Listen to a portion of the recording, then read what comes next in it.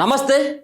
ప్రముఖ క్రీస్తు సందేశకుడు పాస్టర్ ప్రవీణ్ పగిడాల మృతిపై అనేక రకాలైనటువంటి అనుమానాలు వ్యక్తమవుతూ ఉన్నాయి. ముఖ్యంగా ఆయన ఎందుకు బైక్పై వెళ్ళారు? సో బైక్ వెంబటి ఏదైనా కారు ప్రయాణించిందా? సో ఆయనను ఎవరైనా హత్య చేసి ఉంటారా, లేకపోతే యాక్సిడెంట్లో చనిపోయాడా?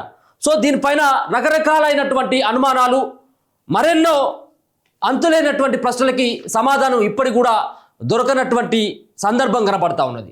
ముఖ్యంగా సోమవారం రోజు అర్ధరాత్రి 11:42 జరిగినటువంటి ఈ యొక్క ఘటనలో ముఖ్యంగా బైక్ పై నుంచి అదుపు తప్పి ఆయన ఏమైనా రోడ్డు కిందికి వెళ్ళి ఏమైనా యాక్సిడెంట్లో చనిపోయాడా, కావాలని చెప్పేసి ఏమైనా కార్తో గుద్ది ఆయన ఏమైనా చంపడం జరిగిందా?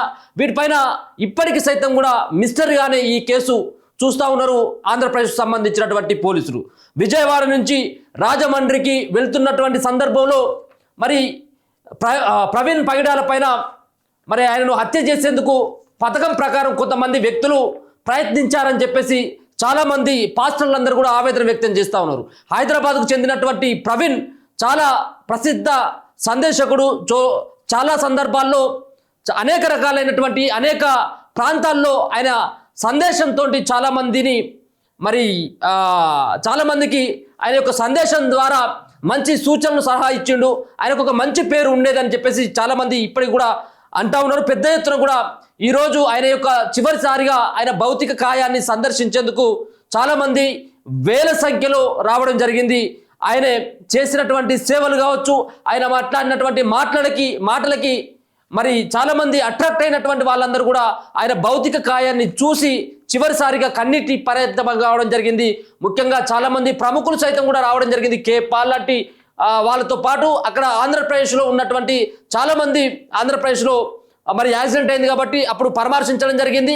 ఆ సంబంధించినటువంటి ఆ బంధువులని, మరో పక్కన ఆ కుటుంబాన్ని కూడా పరామర్శించేందుకు పెద్ద ఎత్తున కూడా చాలామంది ప్రవీణ్కి సంబంధించినటువంటి సన్నిహితులు, బంధువులందరూ కూడా కుటుంబాన్ని ఓదార్చేందుకు వస్తూ ఉన్నారు. కాసేపటి క్రితమే అంతిమయాత్ర స్టార్ట్ కావడం జరిగింది. మరికొద్ది క్షణాలలో ఆ సంబంధించినటువంటి అంతిమయాత్ర ఘట్టాలు కూడా పూర్తి కావడం జరుగుతూ ఉన్నది. ముఖ్యంగా చాలామంది ఇప్పటికీ పాస్టర్లు సైతం కూడా డిమాండ్ చేస్తూ ఉన్నారు, ఖచ్చితంగా ఈ సంబంధించినటువంటి అంశాన్ని పోలీసులు ప్రత్యేకంగా దృష్టి సారించి ఇది హత్య లేకపోతే యాక్సిడెంటా అనేది పూర్తి వివరాలు వెల్లడించాలి.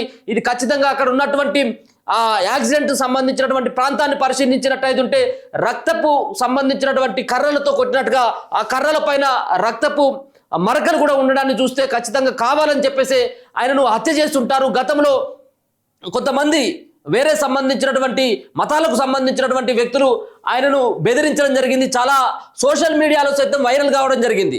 ప్రవీణ్ పగిడాలని చంపేస్తామని చెప్పేసి బెదిరించడం జరిగింది. ఆయనే క్రీస్తుకు సంబంధించినటువంటి యేసుక్రీస్తుకు సంబంధించినటువంటి బోధనల్ని ఆయనే ఆయా సంబంధించినటువంటి చర్చిలలో వినిపించేటువంటి వాడు. ఆయన సంబంధించినటువంటి యేసుక్రీస్తు బోధనల్ని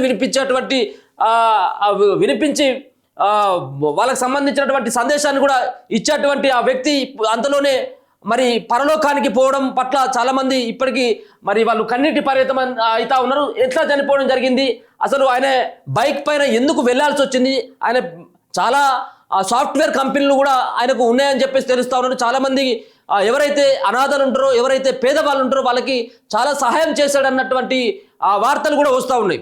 అందుకని చెప్పేసి చాలామంది ఆయనను చూసేందుకు, ఆయన భౌతిక కాయాన్ని సందర్శించేందుకు చాలామంది వస్తూ కన్నీటి పర్యంతం అవుతా ఉన్నారు. ఆయన చేసినటువంటి సేవల్ని గుర్తు చేసుకొని వాళ్ళందరూ కూడా ఏడుస్తున్నటువంటి సన్నివేశాలు కనబడతా ఉన్నాయి. ఒకసారి చూద్దాం. ఆయనకు సంబంధించినటువంటి ఈ బుల్లెట్ పైన వెళ్ళడం జరిగింది. అసలు బుల్లెట్ పైన ఎందుకు వెళ్ళినట్టు ఇక్కడ కనబడతావు. ఈయనే ప్రవీణ్ పగిడాల. సో ఆ బైక్ను నడిపిస్తూ ఉన్నాడు.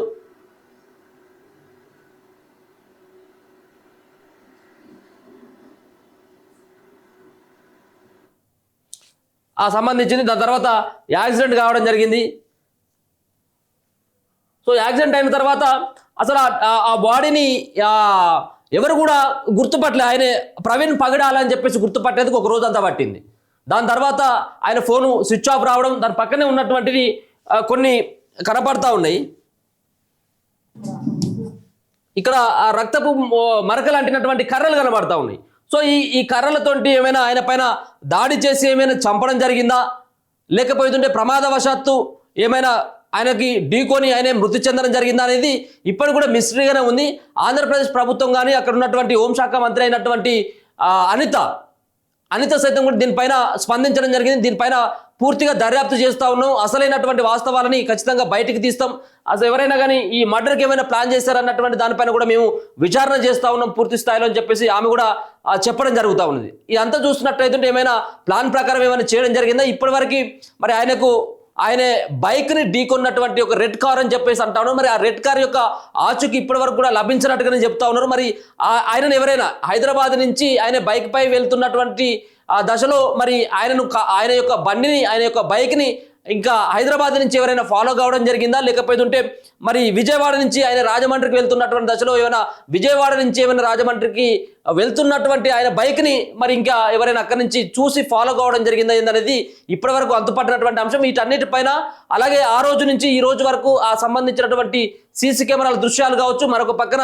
జరిగినటువంటి సంఘటనల ప్రదేశాలకు ఎవరైనా వచ్చి ఏమైనా వెళ్తున్నారా అన్నటువంటి దానిపైన పూర్తిగా పోలీసులు ఆంధ్రప్రదేశ్ సంబంధించినటువంటి పోలీసులు అయితే మాత్రం వాళ్ళందరూ కూడా దీనిపైనే ప్రత్యేకమైనటువంటి దృష్టి సారించడం జరిగింది. ఆయన ఫోన్ కాల్ లిస్టుని కూడా ఇప్పటికే పోలీసులు స్వాధీనం చేసుకొని ఆ వివరాలను రాబట్టేటువంటి ప్రయత్నం చేస్తా ఉన్నారు. చివరిగా ఎవరితో ఏం మాట్లాడింది అన్నటువంటి దానిపైన ఇప్పటికే అక్కడ ఉన్నటువంటి పోలీసులు పూర్తి స్థాయిలో విచారణ అయితే జరుపుతా ఉన్నారు. ఇగో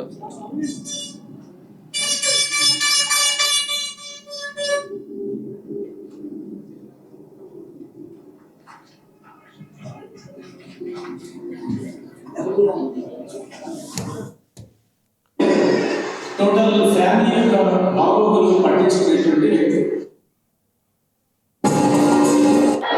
సో అంతిమ యాత్ర కూడా స్టార్ట్ అయిపోయింది.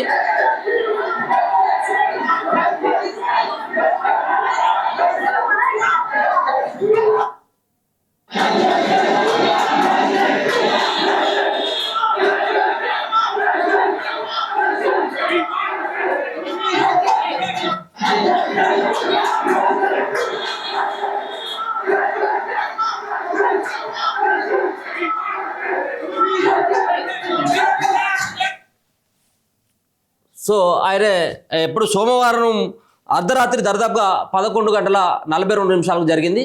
మరి ఇవాళ గురువారం రోజు ఈరోజు ఆయన యొక్క అంత్యక్రియలు హైదరాబాద్లోనే జరుగుతూ ఉన్నాయి. పెద్ద ఎత్తున కూడా అక్కడికి ఆయనకు సంబంధించినటువంటి బంధువులు కానీ స్నేహితులు కానీ మరో పక్కన ఆయనతోటి ఎవరైతే పాస్టర్లు ఉన్నారో వివిధ జిల్లాలకి వెళ్ళి మరో పక్కన ఆంధ్రప్రదేశ్ కావచ్చు మిగతా సంబంధించిన కొన్ని రాష్ట్రాలకు వెళ్ళి ఆయనకు ఉన్నటువంటి అభిమానులందరూ కూడా పెద్ద ఎత్తున కూడా తరలి రావడం జరుగుతూ ఉన్నది. ఒకసారి చూస్తే పాస్టర్ పగడాల ప్రవీణ్ కుమార్ మృతి కేసు తెలుగు రాష్ట్రాల్లో సంచలనమైంది. ఆయన రోడ్డు ప్రమాదంలో మరణించారా, మరేదైనా కారణం ఉందా అనే కోణంలో పోలీసులు దర్యాప్తు ముమ్మరం చేశారు. తాజాగా తూర్పుగోదావరి జిల్లా ఎస్పీ నరసింహకిషోర్ మీడియాకు నిన్న కీలకమైనటువంటి విషయాలు కూడా వెల్లడించడం జరిగింది. పాస్టర్ ప్రవీణ్ అనుమానాస్పద మృతి కేసుగా దర్యాప్తు చేస్తున్నామని చెప్పేసి నిన్న ఆయన చెప్పడం జరిగింది. ప్రవీణ్ బైక్ పై ప్రయాణిస్తున్నప్పుడు 2 సీసీ కెమెరా ఫుటేజ్ కూడా లభించినట్టుగా చెప్పడం జరుగుతూ ఉన్నది. హైదరాబాద్ నుంచి బుల్లెట్ పై రాజమండ్రికి వస్తున్న సమయంలో సోమవారం అర్ధరాత్రి 11:12 ఒక కారుతో పాటు 5 వాహనాలు ప్రవీణ్ బుల్లెట్ను దాటుకొని వెళ్ళినట్లు సీసీ ఫుటేజ్లో గుర్తించామన్నారు. Red colour car, Praveen bike ఒకేసారి వెళ్ళాయని ఆ కారు కోసం విచారణ చేస్తున్నామని చెప్పిండు. హైదరాబాద్కు చెందిన క్రీస్తు సందేశకుడు పాస్టర్ పగడాల ప్రవీణ్ కుమార్ తూర్పుగోదావరి జిల్లా రాజమహేంద్రవరం శివారులోని కొంతమూరు వద్ద రోడ్డు పక్కన పడి ఉండడాన్ని స్థానికులు గుర్తించారు. అయితే రోడ్డు ప్రమాదంలో ప్రవీణ్ మృతి చెందలేదని, ఆయనది హత్యేనని పాస్టర్లు ఆందోళనకు దిగారు. ఈ ఘటనపై ప్రభుత్వం విచారణకు ఆదేశించింది.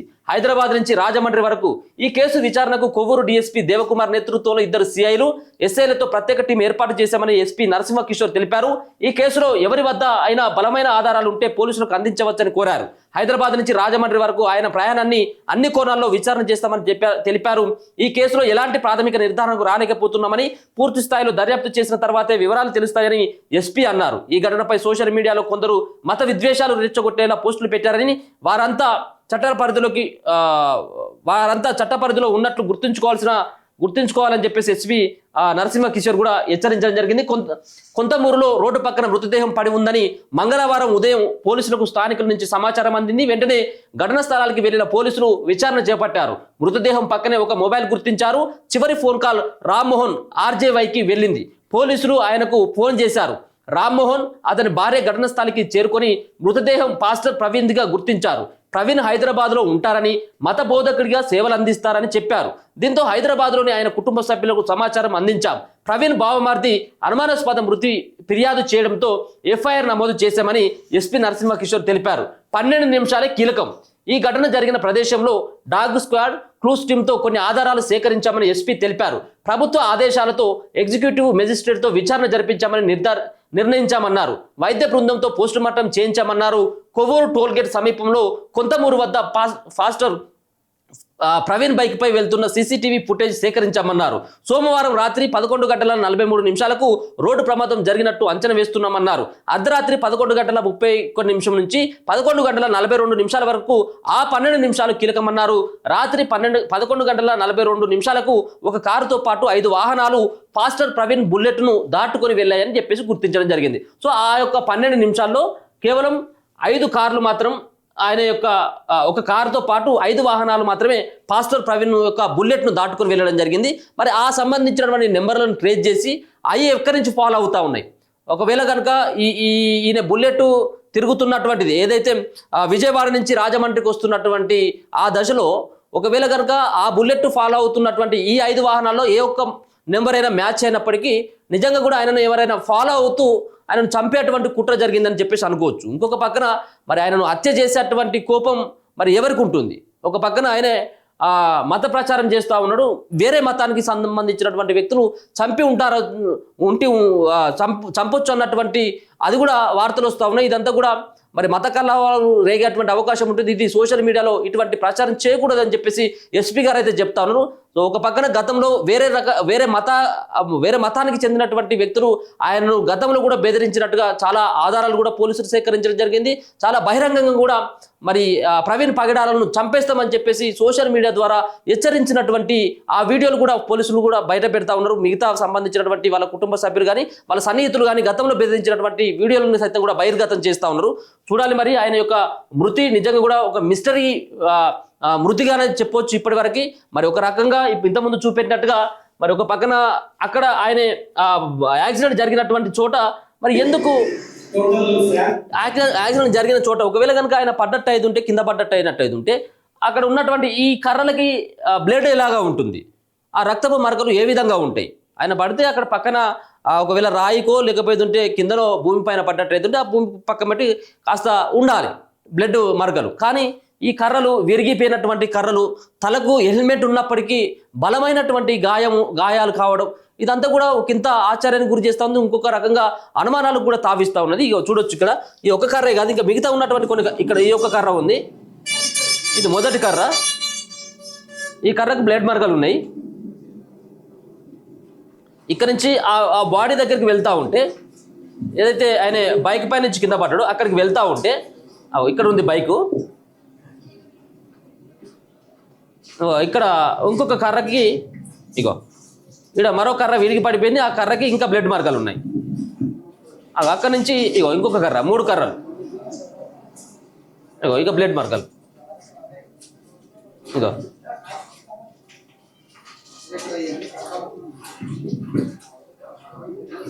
సో ఇది బుల్లెట్. ఈ బుల్లెట్ పక్కన డెడ్ బాడీ, ఆయనకు సంబంధించినటువంటి షూ అనుకుంటే ఇది ఇదే నెంబర్. ఇది బైక్ నెంబర్ కూడా TS08FT అనుకుంటే ఇది 0739 అన్నటువంటి ఈ బుల్లెట్ కూడా కనబడతా ఉన్నది. ఈ బుల్లెట్ పైన ఒక హెడ్ లైట్ మాత్రం పలిగిపోయి ఉంది. మిగతా అంతా కూడా ఆ బండికి కూడా ఏం కాలేదు. కేవలం మరి ఆయన మరి పడ్డప్పుడు కాళ్ళు లేకపోతుంటే చేతిలో విరగాల్సి ఉండేది కదా, అంత కారు ఢీకొన్నప్పుడు బండి కూడా ఇంకా చెత్తలుగా కావాలి, కానీ ఎక్కడ కూడా బండి ఒక హెడ్ లైట్ మాత్రమే పగిలిపోయి ఉన్నది. మరి ఆయన బాడీ పైన మరి ఎక్కడ కూడా గాయాలు కాకుండా తలకు మాత్రమే గాయమై ఉన్నది. హెల్మెట్ ఉన్నప్పటికీ మరి ఏ విధంగా తలకు గాయమై ఉంటుంది? అంతేకాకుండా ఆ బాడీ పైన ఈ బుల్లెట్ను పడి ఉందట. ఆయన డెడ్ బాడీ పైన బుల్లెట్ పడి ఉంది కాబట్టి మరి చంపిన తర్వాత ఆ బుల్లెట్ను ఆయన మీద తోసేసి ఉంటారు కావచ్చు ఎవరైనా దుండగులు అన్నటువంటి అనుమానాన్ని వ్యక్తం చేస్తాను. పూర్తి స్థాయిలో దీనిపైన ఎంక్వైరీ చేయాలని చెప్పేసి అయితే మాత్రం ఇప్పటికీ ఆయనకు సంబంధించిన సన్నిహితులు అయితే కోరుతా ఉన్నారు. చూడాలి మరి ఈ యొక్క మృతి పైన ఏపీ పోలీసులు ఇంకా మరి ఏ విధంగా ఈ దర్యాప్తును ముమ్మరం చేస్తారు. సో ప్రవీణ్ పగిడాలకు సంబంధించినటువంటి మృతి మిస్టరీగానే ఉంటుందా, లేకపోతే అసలైనటువంటి వాస్తవాలను చెప్తారా, ఇది హత్య అని చెప్పేసి ఏమైనా తేలుస్తారా, లేకపోతే అది యాక్సిడెంట్గా మరి ఏమైనా వాళ్ళు తేల్చేసేటువంటి అవకాశం ఉంటుందనేది చూడాలి. మొత్తానికైతే మాత్రం ఆయన సంబంధించినటువంటి అంతిమ యాత్ర కూడా పూర్తిగా వస్తుంది. కాసేపట్లో ఆయన యొక్క అంతిమ యాత్రకి ఫుల్ స్టాప్ పడబోతా ఉంది.